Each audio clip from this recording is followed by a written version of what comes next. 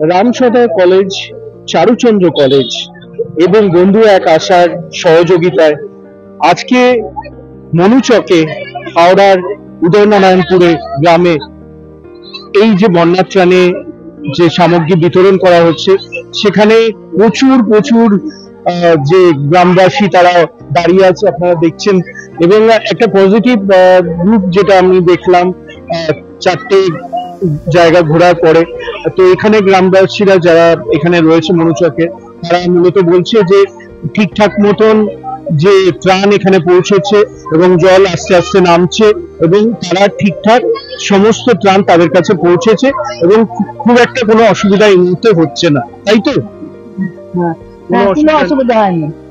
আর এই যে এখন এখানে জল হঠাৎ করে বেড়ে যাওয়ার পরে আপনাদের যে মূলত যে অসুবিধাগুলো হয়েছিল, সেগুলো কি কি অসুবিধা আপনাদের হয়েছিল? এখন জলটা নেমে যেতে এখন খুব একটা আর অসুবিধা হয়নি, এখন মোটামুটি আমরা ভালোই আছি, আর খাবার পত্র আসছে। আর সত্যি কথা বলতে আমাদেরও এই সদর্থক একটা রূপ দেখে গ্রামের প্রশাসনের তরফ থেকে এবং আমাদের যারা ত্রাণ সামগ্রী নিয়ে যারা আসছেন ভাইয়েরা, তারা মিলে যে গ্রামটার সমস্ত রকম মানুষের অভাব অভিযোগগুলো অনেকাংশে মিটিয়ে দিয়েছে এবং জল নেমে যাচ্ছে, শরতের মা আসছে, সুতরাং তার আশার মুখে আমরা সত্যি একটা সুন্দর গ্রাম আপনাদের সামনে তুলে ধরছি।